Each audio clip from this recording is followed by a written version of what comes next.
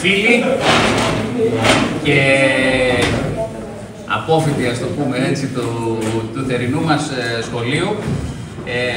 Είπαμε να βρούμε μια δικαιολογία τώρα που θα βγάζαμε τις βεβαιώσεις, αντί να τις δίνουμε μία-μία, να ξαναβρεθούμε, να πούμε δυο λόγια, να έχουμε και μια ευκαιρία να σας γνωρίσουμε τους συνεργάτες που κάνανε εφικτό αυτό το θερινό σχολείο. Το θερινό σχολείο, όπως κάποιοι από εσάς ξέρετε, δεν είναι μια δραστηριότητα μόνο του Τρίτου Εργαστηριακού Κέντρου, είναι μια δραστηριότητα του Τρίτου Εργαστηριακού Κέντρου σε συνεργασία με την ΕΛΑΚ, με την Χελούπ που είσαι, Ιάκο,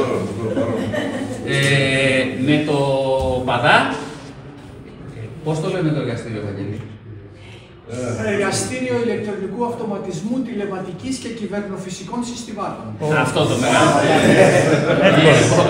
Και εννοείται του Δήμου, με τον οποίο πάντα έχουμε την υποστήριξή του για όλες τις δραστηριότητες που κάνουμε. Λοιπόν, μια προσπάθεια που κάνουμε πάντα με το θερινό σχολείο είναι να προωθούμε την ανοιχτότητα.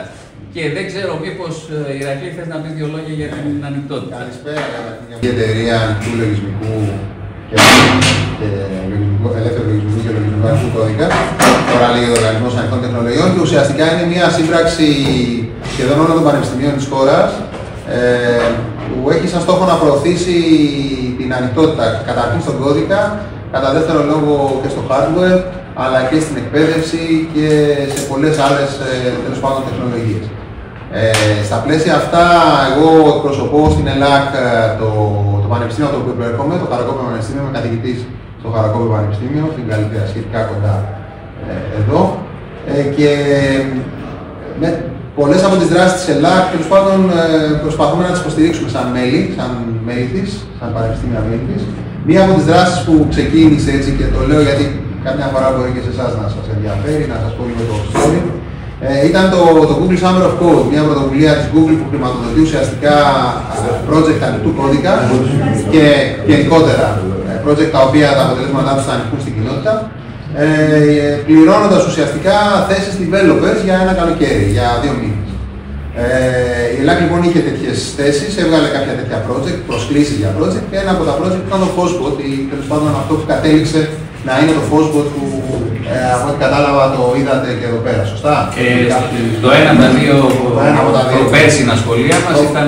Το Fosbot λοιπόν ξεκίνησε σαν ένα 3D printed ανοιχτό ρομπότ που μπορεί κανείς να το συναρμολογήσει μόνος του, ένα do-it-yourself robot όπως το λέγαμε, το οποίο εξελίχθηκε σε ένα εκπαιδευτικό ρομπότ. Προσπαθήσαμε δηλαδή να το κάνουμε λίγο πιο λιγότερο, ας το πούμε έτσι, επεκτάσιμο, αλλά πιο compact για να μην χαλάει, να αντέχει στα χτυπήματα κτλ. Να είναι όμως ανοιχτά όλα τα σχέδια, και είναι ανοιχτά τα σχέδιά του στο GitHub. Να έχει φθηνά ηλεκτρονικά, και δίνουμε το κατάλογο για τα ηλεκτρονικά πάλι στη σελίδα του project. Να είναι 3D printed όλα του τα πλαστικά μέρη, οπότε μπορεί κανείς να τα κατεβάσει και να τα εκτυπώσει.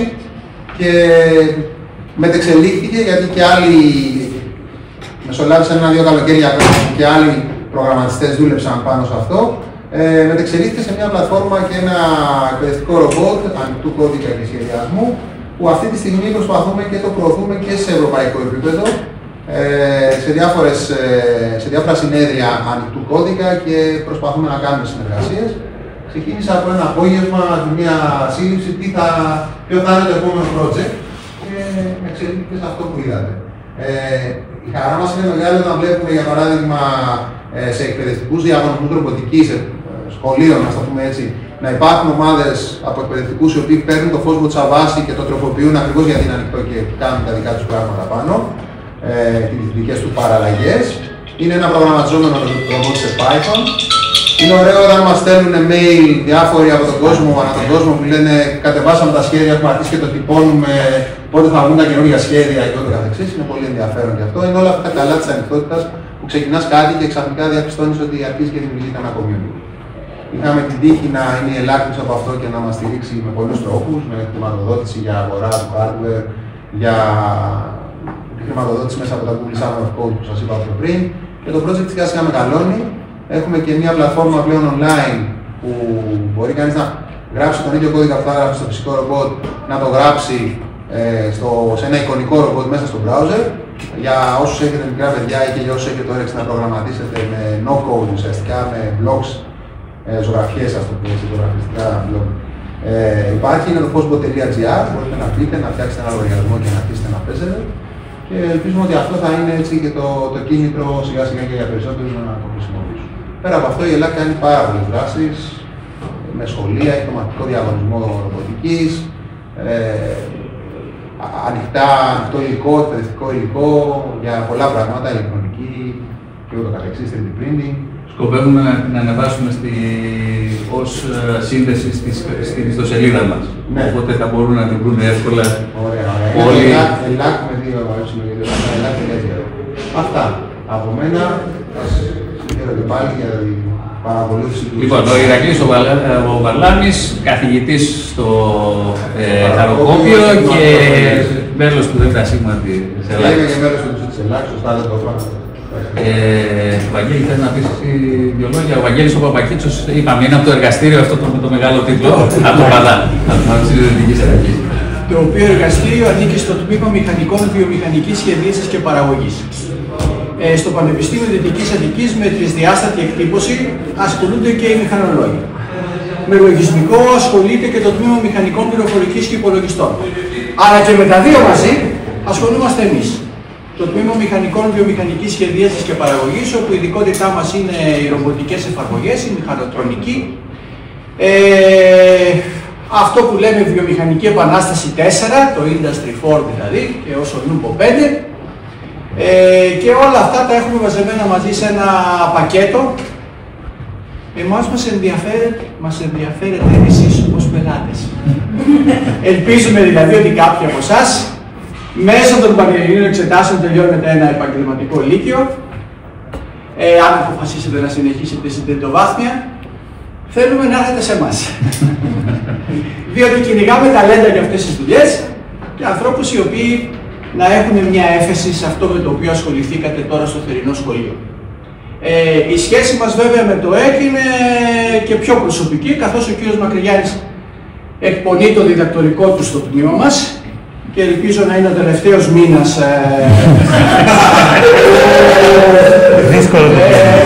θα παρουσιάσει επιτέλους το διατριβή του και παράλληλα είναι και συνεργάτης στο εργαστήριό μας, σε αυτό το σιδηρόδρομο. Λοιπόν, γι' αυτό και έχουμε στενή συνεργασία σε τέτοια θέματα και όπου αλλού μπορούμε. Οπότε,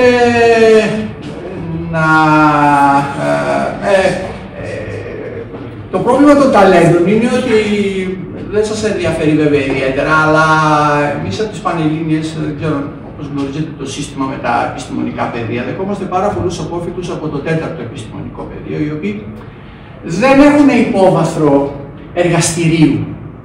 Έτσι, δεν έχουν υπόβαθρο δουλειάς να κάνουν κάτι, να φτιάξουν ένα πράγμα. Έτσι, είναι πιο θεωρητική. Εμείς βέβαια στο πρόγραμμα σπουδών μας έχουμε και μαθήματα διοίκησης, για παράδειγμα. Εγώ κάνω επιχειρησιακή έρευνα στο τμήμα, διδάσκω επιχειρησιακή έρευνα, διδάσκονται μαθήματα διοίκησης. Που είναι υπάρχουν, αλλά είναι ένα μικρό σχετικά ποσοστό στο σύνολο των μαθημάτων. Έχουμε 19 μαθήματα πληροφορικής από τα 90 τόσα που έχει το πενταετές πρόγραμμα σπουδών. Πλέον είμαστε πολυτεχνικό τμήμα, έχουμε αναγνωριστεί ως πολυτεχνικό τμήμα, ισότιμων των τμήματων παραγωγής και διοίκησης, όπως αυτό που βρίσκεται στο Πολυτεχνείο Κρήτης, στα Χανιά, και αυτό που βρίσκεται στο Δημοκρίτιο, έτσι, στην Ξάνθη. Επομένως, οι σπουδές μας είναι πενταετής και οδηγούν σε δίπλωμα μηχανικού, αυτό που λέμε πια Integrated Master, με την αντίστοιχη εγγραφή στο τεχνικό επιμελητήριο κλπ. Οπότε, σας συγχαίρω και ελπίζω κάποιοι από εσάς να ακολουθήσουν αυτή τη διαδρομή. Και μετά από αυτό το σύντομο διαφημιστικό, η ερώτηση είναι αν θέλει η κυρία Διακάκη του Δήμου να πει κάτι. Εγώ τι να πω μπροστά σε αυτά που ακούω τώρα. Το μόνο που μπορώ να πω είναι συγχαρητήρια για τη δουλειά σας, συγχαρητήρια και στα παιδιά για το κουράγιο τους. Ο Δήμος ξέρετε ότι είναι στηρίζει τα σχολιά, γιατί το 70% των δημοτικών συμβούλων είναι δάσκαλοι και καθηγητές, είμαστε της εκπαιδευτικής κοινότητας δηλαδή. Θέλουμε να είμαστε δίπλα στα σχολιά, με τον κύριο Μακρυγιάννη έχουμε καλή συνεργασία. Θα κάνουμε ό,τι περνάει από το χέρι μας. Είναι δήλωση Ευχαριστούμε. Να είστε καλά. Λοιπόν, όπως καταλαβαίνετε τώρα ερχόμαστε στον γνωστό σας Ιάκωβο, ο οποίος έχει πολλαπλούς ρόλους εδώ. Εκτός από διοργανωτής και δάσκαλος στο θερινό σχολείο, είναι εκπρόσωπος της Χελούγκ, η οποία επίσης υποστηρίζει τη δραστηριότητά μας. Και δεν ξέρω τώρα να προχωρήσουμε ή θες να πει κάτι για τη Χελούγκ. Όχι ακριβώς για τη Χελούγκ. Ωραία, θες κάτι και θα ξεκινά να δίνουμε τα βραβεία που αναλαμβάνεις εσύ. Να πω, εντάξει, η Χελούγκ είναι ένας σύνδεσμος ανθρώπων που ασχολούνται γενικά με το Linux και το ελεύθερο λογισμικό, εντάξει. Αλλά αυτό που θέλω να τονίσω είναι η δική σας πρωτοβουλία όταν ήρθαν οι ανακοινώσεις, τις οποίες αξιοποιήσατε με το να φέρετε στο θερινό σχολείο. Δηλαδή αυτό, αν θέλετε από πλευράς Χελούγκ, είναι η χαρά, θα λέγαμε, διότι μεταλαμπαδεύουμε κατά κάποιο τρόπο έτσι κάποια πράγματα που ίσως, εντάξει, δεν τα ξέρετε, κυρίως βέβαια για τα παιδιά, αλλά και για τους μεγάλους βέβαια, αλλά γιατί τα πράγματα στη ζωή έχουν αλλάξει ρότα. Και αυτό δεν είναι εύκολο να το καταλάβεις. Δηλαδή το 3D printing, ας πούμε, αυτό που κάνουμε στα θερινά σχολεία, το κάνουμε γιατί ουσιαστικά εκεί οδεύουμε. Ότι η βιομηχανοποίηση της εποχής της επόμενης είναι η τοπική παραγωγή με 3D printer. Συνεπώς, όσο ανοίγουμε αυτήν την ομπρέλα γνώσης, τόσο καλύτερο και για εμάς τους μεγάλους, τέλος πάντων, αλλά και για τους μικρούς. Πέρσι ειδικά, το 2004 δηλαδή, είπαμε να βάλουμε στο παιχνίδι και τη σχεδίαση. Όχι μόνο δηλαδή πώς βρίσκουμε έτοιμα αντικείμενα τα οποία τα στέλνουμε μέσα από το ίντερνετ, το χτυπωτή και τα τυπώνει, αλλά εμείς πώς θα σχεδιάσουμε. Και ουσιαστικά ασχοληθήκαμε αρκετά με τη σχεδίαση και λιγότερο με την εκτίμωση. Ορισμένα παιδιά όπως ο Γαϊτανάδος, ο Ντό, που είναι του γυμνασίου δηλαδή, οι κοπέλες, οι δικιά σας κάπως, ναι, τέλος πάντων, φτιάξανε αντικείμενα, εντάξει. Πρότυπα φτιάξανε εκείνοι με τα χέρια τους στο σχεδιαστικό περιβάλλον και μετά τα στείλαμε για εκτύπωση. Και αυτό έχει αξία για εμάς δηλαδή. Έτσι. Ότι κάνουμε θερινό σχολείο το οποίο είναι ανοιχτό προς όλη την τοπική κοινωνία, κυκλοφορούν αυτές οι ειδήσεις μέσω της δευτεροβάθμιας εκπαίδευσης στα σχολεία και μέσω του Δήμου, στις υπηρεσίες του, ξέρω εγώ, και όπου αλλού νομίζει, τέλος πάντων. Και κάποιοι από εσάς που το ακούσατε, είπατε ναι θα πάμε. Και αυτό το ναι θα πάμε αξίζει για μένα.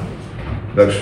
Γιατί αντί το καλοκαιράκι να περνάτε τσάβα την καιρό σας αριστερά και δεξιά, και τα παιδιά βεβαίως, το ακαδημικό σχολείο, έτσι έρχονται εδώ πέρα 3 ώρες την ημέρα και απασχολούνται νομίζω δημιουργικά. Θα δείξει, ανάλογα την πορεία που θα πάρουν. Αλλά δεν χάνεται ποτέ η γνώση. Και αυτό για εμάς έχει την αξία του. Πρέπει σε συνεργασία με τους υπόλοιπους. Έτσι. Εγώ ευχαριστώ ιδιαίτερα εσάς που θελήσατε να έρθετε και στο 2023, το θερινό, και το 2024. Και σήμερα είμαστε εδώ πέρα για να δώσουμε, ας πούμε, θα λέγαμε, τις επιβεβαιώσεις, έτσι να επιβραβεύσουμε δηλαδή ουσιαστικά τη δική σας συμμετοχή. Εντάξει. Και το μοντέλο το οποίο σκεφτόμαστε είναι πάντα αυτό, δηλαδή πράγματα τα οποία είναι στη σύγχρονη εξέλιξη, έτσι, και τα οποία είναι δύσκολο να τα βρεις μέσα στα σχολεία. Μην κοιτάτε, εμείς στα σχολείο μπορεί να έχουμε χτυπωτές, έτσι, αλλά αλλού μπορεί να μην έχουμε. Και το θέμα είναι ότι τι κάνουμε αυτούς, και σας είπα και προηγουμένως ότι η στόχευση, η όδευση είναι η τοπική παραγωγή. Δηλαδή, ή δυνατόν σκεφτείτε παραγωγή μέσα στο σπίτι σου. Άλλα πράγματα έρχονται. Έτσι λοιπόν, να κλείσω αυτό το μονόλογο τέλος πάντων με τις ευχαριστίες μου και τη φετινή χρονιά πάλι ελπίζουμε να κάνουμε κάτι και θα πάρετε πάλι πρόσκληση, εσείς τουλάχιστον που έχουμε τα mails και τα σχετικά και όπως άλλος θελήσει, θα ξανακάνουμε ένα κύκλο γύρω στις 15 μέρες με αντίστοιχα θέματα. Και μακάρι να ξαναμάς έρθετε. Δεν ξέρω αν θα προλάβουμε να το βάλουμε φέτος ή του χρόνου. Θα υπάρξει και τρισδιάστατη αποτύπωση στη στοχοθεσία για να είναι κουμπλέτο το αντίστοιχο κομμάτι. Ωραία, αυτά ήθελα από πλευράς μου να πω, και εγώ έκανα τα θετικά σχολεία και έχω επικοινωνήσει με όλους σας και για τα παιδιά που είναι ανήλικα τέλος πάντων, αλλά και για τους μεγάλους. Και συνεχώς το μόνο που έχω να πω είναι να ευχαριστώ πολύ. Έτσι και στη συνέχεια να είμαστε καλά, να κρατήσουμε την προσπάθεια. Έτσι, αυτό. Εμείς ευχαριστούμε, Ιάκωβε, και νομίζω ότι είσαι ο καταλληλότερος για να δώσεις τις βεβαιώσεις και τα αναμνηστικά, αφού ουσιαστικά είσαι η ψυχή αυτής της προσπάθειας. Μα αυτό δεν καταλαβαίνω. Λοιπόν, τρισδιάστατη αποτύπωση, νομίζω της σκάνικας. Ναι. Ένα πράγμα που δεν το συζητάμε πάρα πολύ είναι ότι αυτή τη στιγμή το κέντρο μας έχει 4 σκάνερ. Τα 2 είναι ελαφρού βιομηχανικού τύπου και τα 2 είναι εργαστηριακού τύπου και δεν ξεκινήσαμε να τα βάλουμε από πέρσι, παρότι τα έχουμε από πέρσι γιατί τα μαθαίναμε για να έχει νόημα να σας δείξουμε. Έτσι, πρέπει πρώτα να ξέρουμε για να σας δείξουμε. Αυτή τη στιγμή έχουν γίνει κάποιες σχετικές εργασίες, έχουμε αποτυπώσει μια μηχανή, έχουμε αποτυπώσει εμένα περιέργως και τέλος πάντων μπαίνουμε έχουμε αποτυπώσει κάποια κομμάτια που δεν βρίσκαμε τα σχέδιά τους στο διαδίκτυο και τα αποτυπώσαμε και τα φτιάξαμε τα σχέδιά τους. Λοιπόν, απλά δεν είμαστε σίγουροι αν θα είμαστε έτοιμοι για το φετινό σχολείο, είμαστε στη συζήτηση, θα το βάλουμε φέτος, θα το βάλουμε του χρόνου, θα δούμε. Πάντως εγώ σαν επειδή ασχολούμαι λιγάκι με το παιδί, θα έλεγα έστω μία μέρα θα την αφιερώσουμε τη λιγάκι να το δούμε πώς είναι. Καλά, κάτι θα δείξουμε, δεν μπορεί να μην κορευτούμε και λιγάκι για τα υλικά μας. Αλλά αυτό δεν σημαίνει ότι θα είναι απαραίτητα το κύριο κομμάτι φέτος. Εντάξει, λίγο πολύ όλοι έχουν μια επαφή με το σκάνι και είναι λιγάκι διαφορετικά. Ωραία, λοιπόν, Ιάκωβο. Εγώ θα ήθελα να καλέσω τον κύριο Βαρλάρη να έρθει εδώ κοντά μου, από εδώ, εσείς εκεί που κάθεστε καλά, έτσι ώστε κατά έναν τρόπο να επιμερίσω τη μοιρασιά των βεβαιώσεων στους 3 συνεργάτες μαζί με μένα. Εγώ θα δώσω μόνο στον κύριο Μακρυγιάννη. Εντάξει, εγώ θα δώσουν οι συνεργάτες, όχι οι 3. Οπότε να φωνάξω τον κύριο Άγριο.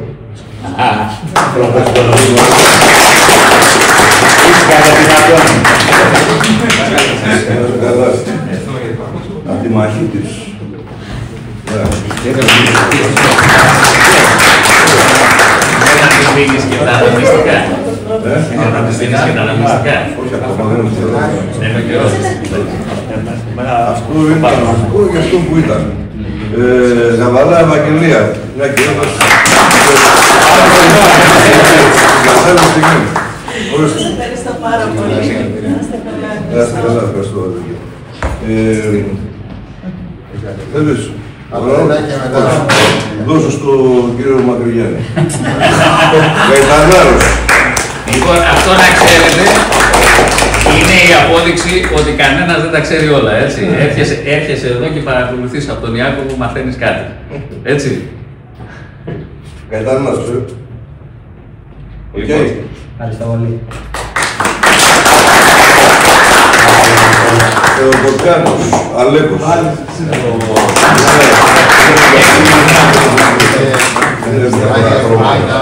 Άλλο χρώμα, το χρώμα λέει σε ποιο σχολείο συμμετείχα. Το χρώμα είναι διαφορετικό γιατί έχει σχέση με το γκρουπ που ήταν το κάθε παιδί. Τι έχουμε άλλο.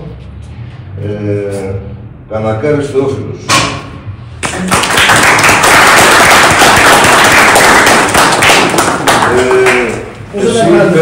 Εσύ παίρνεις και αυτό.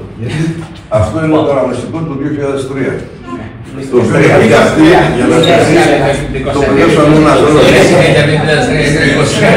Το Τι θα ήθελε να ήταν μετά. Σειρά σου, Κάναμε και πέρυσι όμως κάναμε. Κουντούβατς.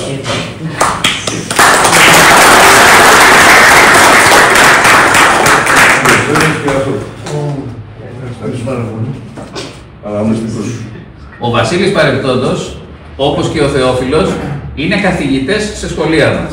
Ο Θεόφιλος είναι στο δεύτερο, ο Βασίλης είναι στο πρώτο. Παρόλα αυτά, και παρότι έχουν δουλέψει στο αντικείμενο, παρακολουθήσανε από ένα θερινό σχολείο για να συμπληρώσουν τις γνώσεις. Και έτσι ξέρουμε για να διδάσκουμε στα παιδιά. Ήταν πολύ χρήσιμη η παρουσία του. Δηλαδή, εγώ άκουσα πράγματα που πίστευα ότι τα ήξερα και όμως πάντα είμαστε όσο ζούμε, μαθαίνουμε. Τώρα να φωνάξουμε το φέρνουμε εδώ, Παγκογέννη Ελένη. Ναι. Η οποία το παραλάβει στο σπίτι. Το παραλάβω εγώ για την ανησιά μου.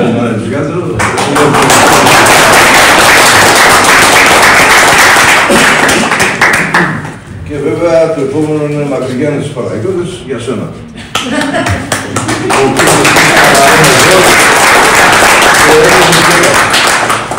Λοιπόν, να πω κάτι.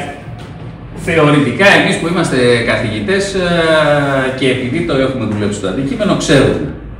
Στην πράξη όμως, δεν ξέρεις ποτέ αρκετά για να μην χρειάζεται να μάθεις κάτι. Και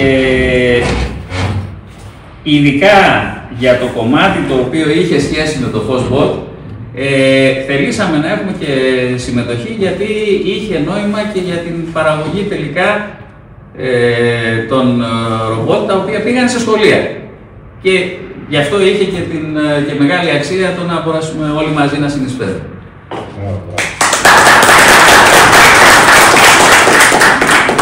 Μιλιόρδος, Λεωνίδος.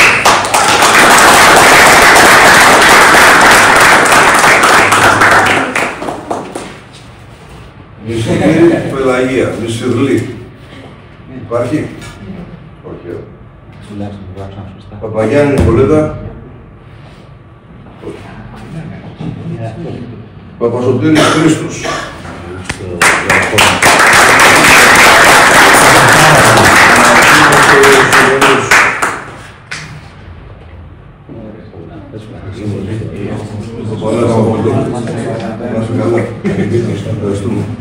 Να πούμε εδώ ότι ο Χρήστος είναι και απόφοιτός μας, εκτός από απόφοιτος του θερινού σχολείου.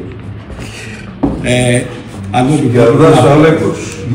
Τσέικο, συγγνώμη, αν δεν επιτρέπει να πω λόγω και ηλικίας, ότι πραγματικά η δουλειά που γίνεται εδώ πέρα, πέρα από το θερινό κλίμα και σαν σχολείο και νυχτερινό, είναι φοβερή γιατί οι καθηγητές πραγματικά προσφέρουν. Και αυτοί που θέλουν να μάθουν για να πάρουν τα εφόδια, είναι μια καλή ευκαιρία να το επισκεφτούν και να μείνουν εδώ. Γιατί αξίζει η δουλειά τους να τη μάθετε. Ευχαριστώ. Ευχαριστούμε. Ο Σκιαδάς Αλέξανδρος. Έλα.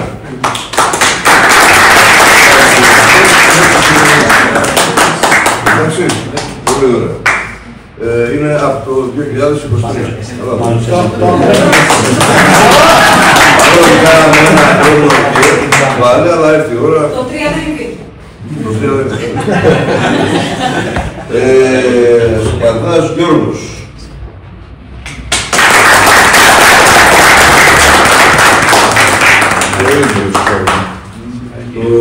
Το 2003.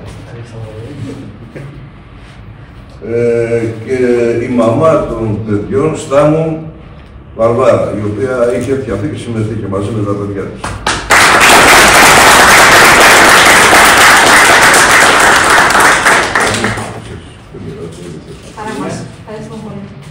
Να πούμε ότι κατά καιρούς ερχόταν και ο μπαμπάς, αλλά έκανε πολλές απουσίες και για Σχοινά Μαργαρέτα δεν είναι εδώ, δεν είναι ο μπαμπάς.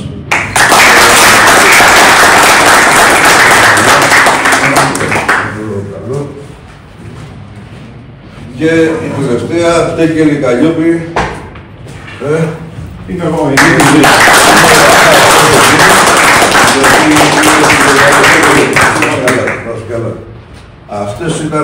Αυτοί είναι βεβαιώσεις, αυτές των αποφύτων. Υπήρχαν και άλλοι, οι οποίοι απλώς ήρθαν μια στιγμή και φύγανε, ή δεν ήρθαν κάπου.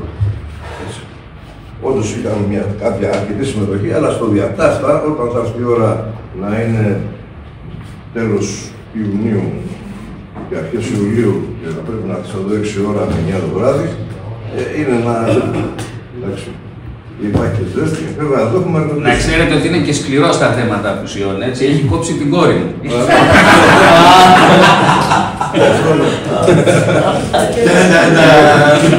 Αυτά από μένα και από τα αυτά και είμαστε ελεύθεροι ό,τι θέλουμε να συζητήσουμε και ό,τι θέλουμε να πούμε ή να κάνουμε. Στην ώρα που έρχεται. Εμείς δεν έχουμε αναλυτικά. Εμείς θα χτυπώσαμε και τα Αυτοί θα είχατε πάει εκείνη την ώρα. Τα δικά σας, τα 4, τα πήρατε επιτόπου. Τα πήρατε επιτόπου από το βρείτε. Εντάξει. Θα έχει και φέτος. Βέβαια, ακόμα και το αναμνηστικό το ταμπελάκι το έχετε πάρει. Όχι για τα δικά σας μόνο. Επειδή έτσι βλέπω και αρκετά νεαρά παιδιά και έχοντας έτσι την εμπειρία από το πανεπιστήμιο, από τους φοιτητές μας που συνεχίζουν, φεύγουν έξω για μεταπτυχιακά κτλ. Δύο πράγματα θα σας πω. Ένα πολύ σημαντικό πράγμα που αξιολογούν πολλοί όταν βλέπουν κάποια στιγμή τα βιογραφικά σας για οτιδήποτε είναι οι δραστηριότητες που κάνετε έξω από το πρόγραμμα σπουδών, αυτά που λέμε extra curriculum activities. Είναι πολύ σημαντικό λοιπόν κανείς να έχει να δείξει στο βιογραφικό του τέτοιες δραστηριότητες. Ότι το καλοκαίρι του, όπως είπε ο Ιάκωβος, δεν πήγε για μπάνιο, αλλά κάθισε ένα μήνα και έκανε αυτό το πράγμα που έκανε. Αυτό είναι πολύ σημαντικό. Τυπικό μεν, αλλά ουσιαστικό κιόλας γιατί τελικά αξιολογείται και αξιολογείται πολύ θετικά. Το έχω δει δηλαδή με πολλούς φοιτητές μου που με καλά βιογραφικά δεν μπόρεσαν να πάνε που ήθελαν και όταν δούλεψαν ακόμα το βιογραφικό τους, συνεισέφεραν εθελοντικά σε δραστηριότητες σχετικές. Παρακολούθησαν summer schools. Το ένα το άλλο αμέσως έγιναν δεκτοί, άνοιξαν πολύ περισσότερες πόρτες. Αυτό είναι το ένα. Το δεύτερο για τα cyber physical systems που αναφέρατε με το μακρινάρι όνομα, να πω ότι είναι ένα από τα πιο ανερχόμενα, είναι εδώ και πολύ καιρό βέβαια, παιδεία αυτή τη στιγμή ερευνητικά και στην Ευρώπη και παγκοσμίως. Είναι ένα από τα πράγματα που χρειάζεται στην ουσία να συνδυάσει κανείς δύο δεξιότητες. Τη δεξιότητα του να μπορεί να προγραμματίζει και του να μπορεί να έχει και καλή αντίληψη των ηλεκτρονικών. Κάτι το οποίο δεν το βρίσκεις πολύ εύκολα. Βρίσκεις ανθρώπους που ξέρουν να προγραμματίζουν, βρίσκεις από την άλλη μεριά ηλεκτρονικούς, αλλά το να μπορεί κανείς να συνδυάσει και τα δύο και να φτιάξει λύσεις όπως το Fosbody, όπως πολλοί άλλα έτσι ωραία πράγματα σε πρώτο type, σε πρώτη φάση, είναι κάτι που το ψάχνουν πολλές εταιρείες, πολλοί οργανισμοί, πολλά πανεπιστήμια. Οπότε νομίζω ότι κάνατε πολύ καλή επιλογή και μακάρι να το συνεχίσετε. Και το θερινό σχολείο ασχολήθηκε κάπως λίγο με τον κόσμο, αλλά αν έχετε λίγο δείτε πώς κινείται ο κόσμος παγκόσμια, έτσι, γενικά θεωρείται ότι η εκπαίδευση είναι λίγο πίσω από τις αναγκαίες εξελίξεις. Δηλαδή, καθυστερεί πολύ, είναι λίγο παλιωμοδίτικη. Και αυτό που κοιτάνε οι πάντες από Αμερική μέχρι Ευρώπη, οπουδήποτε στον κόσμο, είναι ουσιαστικά αυτό που μπορεί να έχετε ακούσει, έτσι, η εκμάθηση μέσω του συστήματος, τέλος πάντων STEM. Δηλαδή ο συνδυασμός όλων των πράγματων. Μην ξεχνάτε δε ότι τα παιδιά, τα τωρινά και εδώ και χρόνια, βέβαια, τα τελευταία χρόνια, δεν έχουν επαφή με τη φύση. Λόγω κομπιούτερ και κινητών τηλεφώνων. Αυτό τι εμποδίζει. Ότι δεν έχουν άμεση οικειότητα με τα χέρια. Δεν έχουν καταλάβει τη φύση με τα χέρια. Δηλαδή να πιάσουν ξύλο, να πιάσουν ένα καρφί, πώς το καρφώνει σας. Το σφυρί, το ένα, το άλλο. Έτσι. Αυτό λείπει όλα αυτά. Μονίμως με ένα κινητό και μια οθόνη στα χέρια. Και τώρα τι λένε λοιπόν. Ότι ακριβώς για να ξεπεράσουμε το εμπόδιο αυτό, θα το βάλουμε να κάνει συνδυασμό ένα πρόβλημα που τα θέλουν όλοι. Γι' αυτό και θα δείτε ότι η ιστορία STEM έχει αρχίσει να αναδύεται αρκετά και να προσπαθεί να διδαχθεί και σε ιδιωτικά κέντρα, εντάξει, αλλά και σε σχολεία μας. Αυτή η διαθεματική λεγόμενη προσήλυση. Πιθανώς να γνωρίζετε ότι υπάρχει στη Θεσσαλονίκη ένας οργανισμός, ο ΕΣΕΡΟ. Ο ΕΣΕΡΟ είναι ένα παιδί της ΕΖΑ. ΕΖΑ είναι το European Satellite Agency. Δηλαδή η διαστημική υπηρεσία της Ευρώπης. Ωραία. Και υπάρχει ένας φορέας αυτινής της διαστημικής εταιρείας της Ευρώπης, ο οποίος λέγεται ΣΕΡΟ. Και τι κάνει αυτός? Προσπαθεί να πάει στα κράτη της Ευρώπης και να περάσει τη διαθεματική προσέγγιση στο εκπαιδευτικό σύστημα. Έτσι. Γιατί τώρα αυτό? Γιατί σου λέει η ίδια η διαστημική εταιρεία. Έτσι. Μπορώ να βρω, αν θέλω να προγραμματιστεί, να μου γράψει το καλύτερο κώδικα. Μπορώ, αν θέλω να βρω ένα μηχανικό, τέλος πάντων, να μου φτιάξει τις πλακέτες, τα ηλεκτρονικά. Εντάξει. Το ερώτημα είναι, ο ένας καταλαβαίνει τον άλλον. Ποιος θα σχεδιάσει τη λύση? Μπορώ να βρω ό,τι θέλω να κάνω με μηχανολογία, γραμμές, ιστορίες, τούμπα κτλ. Ναι, με τον προγραμματιστή μπορώ να μιλήσουμε. Και εκείνο το πρόβλημα. Ο συνδυασμός. Έτσι. Γι' αυτό λέει ότι αν θέλω να προγραμματίσω ή να κάνω μηχανολογικό κάτι, ξέρω τα λοιπά, παίρνω τον καλύτερο διδάκτορα, ας πούμε, το βάζω κάτω, το λέω φτιάξει. Το ερώτημα είναι αυτό που θα φτιάξει. Έχει συνάφεια, το καταλαβαίνει ο άλλος και μπορεί να συνεχίσει με τον άλλον το τι πρέπει να κάνει γι' αυτός. Αυτή είναι η διαθεματική προσέγγιση. Την οποία κοιτάμε να την κάνουμε μέσα από την ρομποτική μας. Στα μικρά παιδιά. Να συνδυάσουμε, ας πούμε, το μοτεράκι, το γραναζάκι, το κυκλωματάκι, το προγραμματάκι και όλα αυτά. Αυτός είναι ο στόχος. Μπας και μπορέσουν τα παιδιά μας να προετοιμαστούν λίγο καλύτερα για τις σημαίνουσες εργασίες. Ποιες είναι οι σημαίνουσες εργασίες? Ουσιαστικά κανείς δεν ξέρει. Αλλά σίγουρα δεν είναι ο πίνακας και το βιβλίο το παραδοσιακό. Εντάξει. Εδώ πρέπει να κάνουμε, μετά από αυτά που είπε ο Ιάκωβος, είναι απαραίτητο να κάνουμε μια διαφήμιση στο τρίτο εργαστηριακό κέντρο. Και μετά θα πιούμε τον καφέ μας και θα συζητήσουμε. Εμείς σαν τρίτο εργαστηριακό κέντρο αυτή την προσέγγιση την έχουμε κεντρική. Το έχετε δει εσείς με το θερινό σχολείο. Ταυτόχρονα έχουμε τρέξει διάφορα προγράμματα STEM, ή μάλλον να το πάρω από την αρχή. Σε αυτό το εργαστηριακό κέντρο υπάρχουν 7 καθηγητές οι οποίοι έχουν μεταπτυχιακό στο STEM και οι οποίοι δεν πήραν το μεταπτυχιακό τους και το καταθέσανε για να αυξηθεί ο μισθός τους, πήραν το μεταπτυχιακό τους και κάνανε μετά με αυτό προγράμματα STEM. Έχουμε μια βράβευση πανευρωπαϊκή, έχουμε μια πανελλήνια στο όνομα του σχολείου του πρωινού και μια πανευρωπαϊκή στο όνομα του εργαστηριακού κέντρου, γιατί τα καταθέτουμε τα προγράμματα μια από εδώ, μια από εκεί, για ρομποτικό σύστημα, το οποίο πραγματικά ήταν μια STEM εφαρμογή. Ένα πράγμα που δεν είπε ο Ιάκωβος, διότι είναι σεμνός άνθρωπος, είναι ότι αυτή τη στιγμή στείνουμε για τούτο εδώ το σχολείο ένα εργαστήριο STEM, το οποίο θα συστεγάζεται με ένα άλλο από τα εργαστήριά μας και το οποίο θα κάνει τέτοιες δουλειές. Και για το οποίο θα είναι υπεύθυνος ο Ιάκωβος. Λοιπόν, έχουμε αυτή τη στιγμή ένα project που τρέχει. Οι μηχανολόγοι μας κάνανε τρισδιάστατη εκτύπωση 2 ρομπότ, τα οποία τώρα τα προγραμματίζουν οι πληροφορικοί μας. Αυτό είναι ένα πρόγραμμα που έσπασε σε 2 και έχει τρέξει πέρσι το πρώτο σκέλος και φέτος τρέχει το δεύτερο.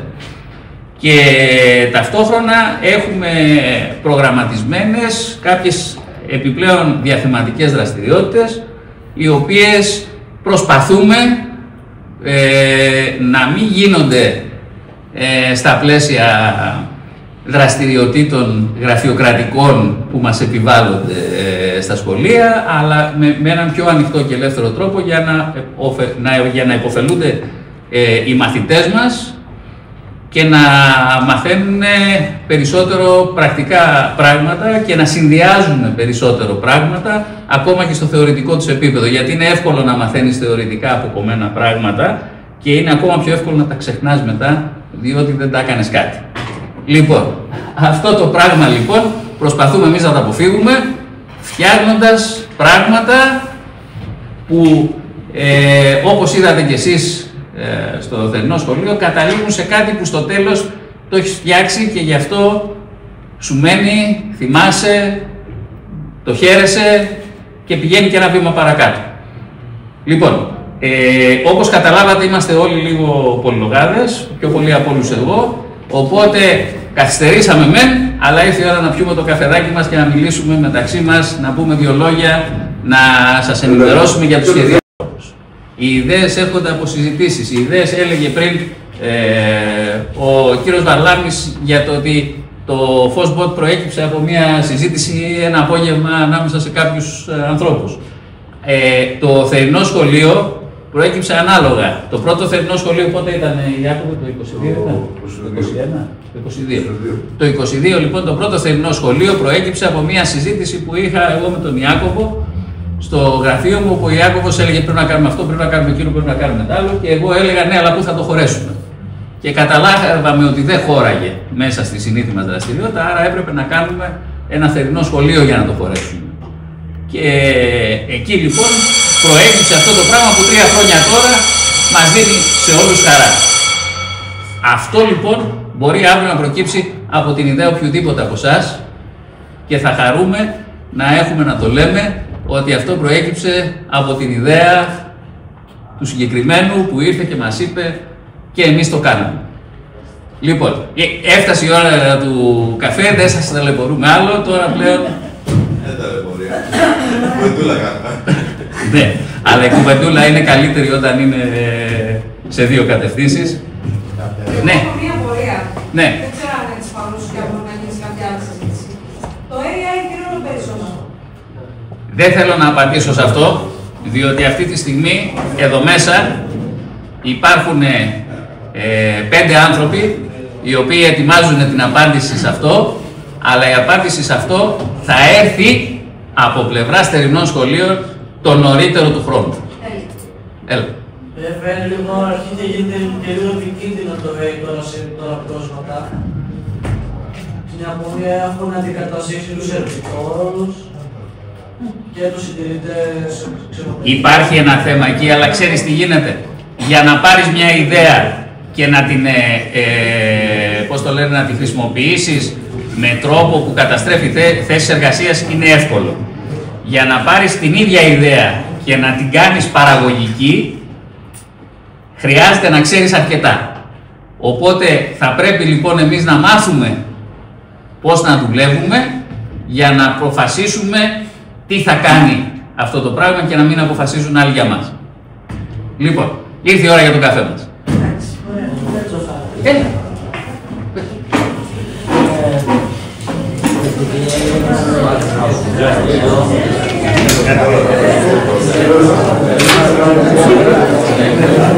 Gracias.